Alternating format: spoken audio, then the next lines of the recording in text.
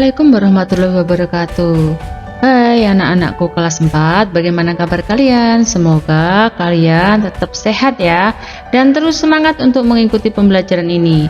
Hari ini kalian memasuki pembelajaran yang ke-6 ya, di subtema 2. Itu artinya kalian mengakhiri pembelajaran subtema 2. Dan setelah ini kalian akan memasuki subtema yang ketiga. Biasanya di pembelajaran yang ke-6 nanti akan ada beberapa latihan yang digunakan untuk mengasah kemampuan kalian dalam memahami pembelajaran 1 sampai pembelajaran yang ke-6 di subtema 2. Akan ada soal latihan ulangan subtema 2. Baiklah anak-anak, sebelum kita belajar, yuk kita berdoa sesuai dengan agama dan keyakinan kita masing-masing. Berdoa dimulai. Berdoa selesai. Biar semangat, yuk kita salam PPK dulu. Salam PPK, cerdas, berkarakter, menyenangkan, luar biasa. Yes. Selanjutnya marilah kita ikuti video pembelajaran ini sampai habis dan jangan di skip ya.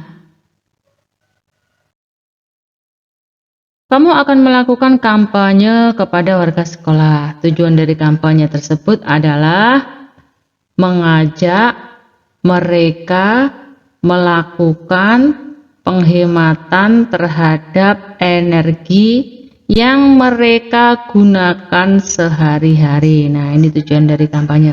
Sebelum melakukan kampanye, lihat kembali rancangan poster yang telah kamu buat sebelumnya ya. Selesaikan poster tersebut sesuai dengan kriteria yang telah ditentukan dan berilah tanda centang untuk kriteria yang sudah kamu penuhi. Misalnya seluruh gambar sesuai tema, poster tertata dengan baik, menggunakan bahasa ajakan, menggunakan bahasa yang singkat dan benar, bahasanya mudah dimengerti, menyeru hemat energi.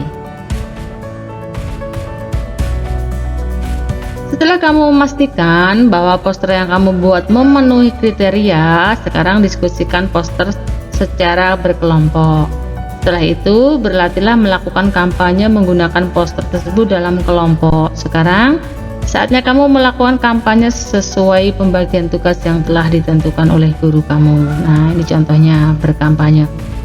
Sumber energi yang terjadi di sekitar kita ada yang jumlahnya berlimpah, ada yang jumlahnya terbatas. Kita mempunyai hak untuk menggunakan dengan aturan dan ketentuan yang berlaku di wilayah masing-masing. Namun, selain mempunyai hak, kita juga mempunyai kewajiban. Apa kewajiban kita? Yaitu menjaga dan menggunakannya secara bijak. Nah, ini kewajiban kita adalah menjaga dan menggunakan secara bijak. Kalau hak yang kita dapatkan adalah dari energi adalah menggunakan sesuai dengan aturan dan ketentuan yang berlaku.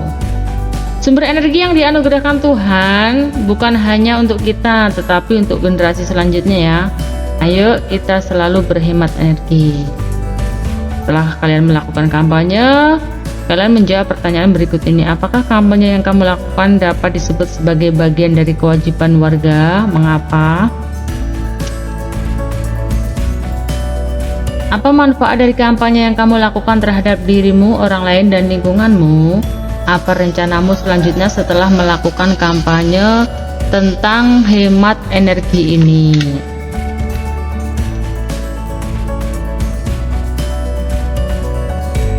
Nah, di sini ada beberapa soal yang digunakan untuk mengasah kemampuan kalian dalam mempelajari pembelajaran 1 sampai pembelajaran yang ke-6 ya. Di sini nomor 1, A, 2 dan 3. Nanti kalau ada option pilihannya kalian tinggal memilih jawaban yang ada pada pilihan.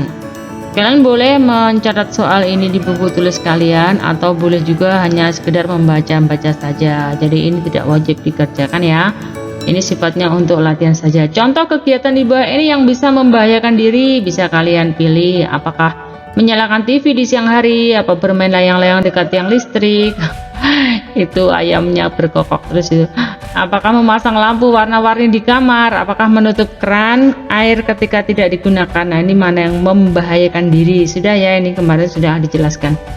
Nomor 2, memasang peralatan elektronik di rumah seperti lampu kamar, lampu teras sebaiknya dilakukan orang dewasa. Aduh, kalau anak-anak ya bahaya, nanti takutnya kesetrum ya. Karena jika salah memasang aliran listrik bisa mengakibatkan A, lampu terlalu terang, B, listriknya gratis, Korsleting listrik, radiasi listrik, emangnya listrik gratis ya? Nggak ada ya, listrik itu membayar ya. Nomor 3, hidup hemat energi listrik bisa bermanfaat bagi kehidupan, antara lain apa? A. Pengeluaran biaya listrik lebih sedikit. B. Rumah menjadi tanpa aliran listrik yang bahaya. C. Lampu bisa menjadi semakin terang. D. Terhindar dari bencana kebakaran. Ayo dipilih yang mana jawaban yang benar.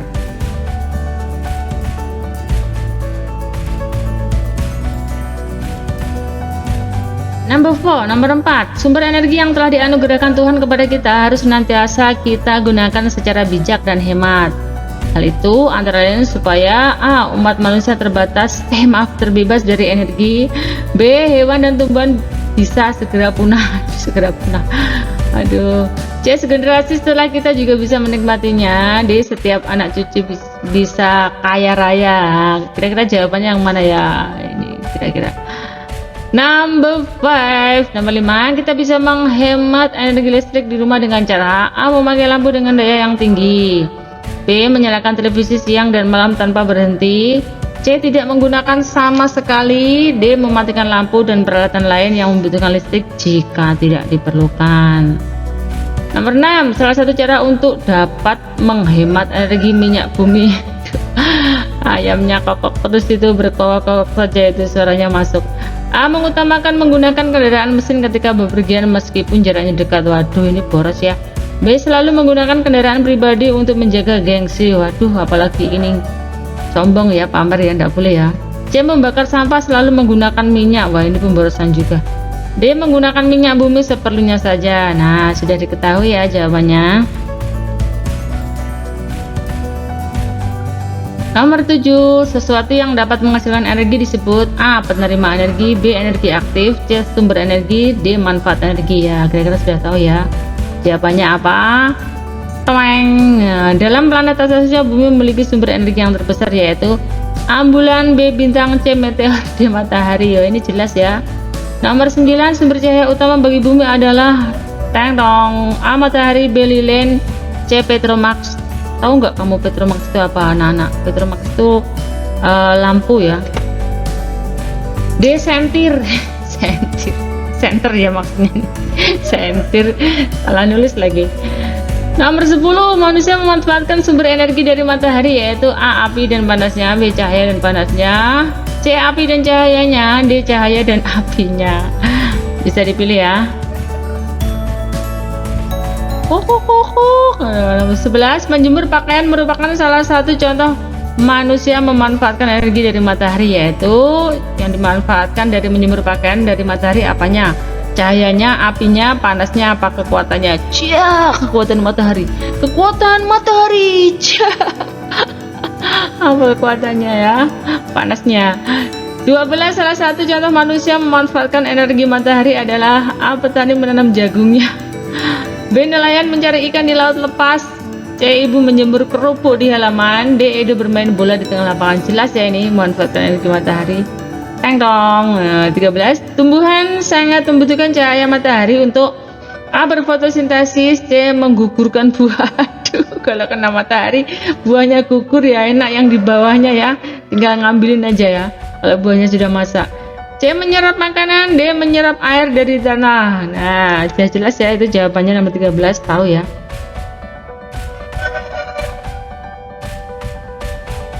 Kukuruyuk, itu ayamnya berkokok terus ya. Ini rekamannya pada saat pagi hari.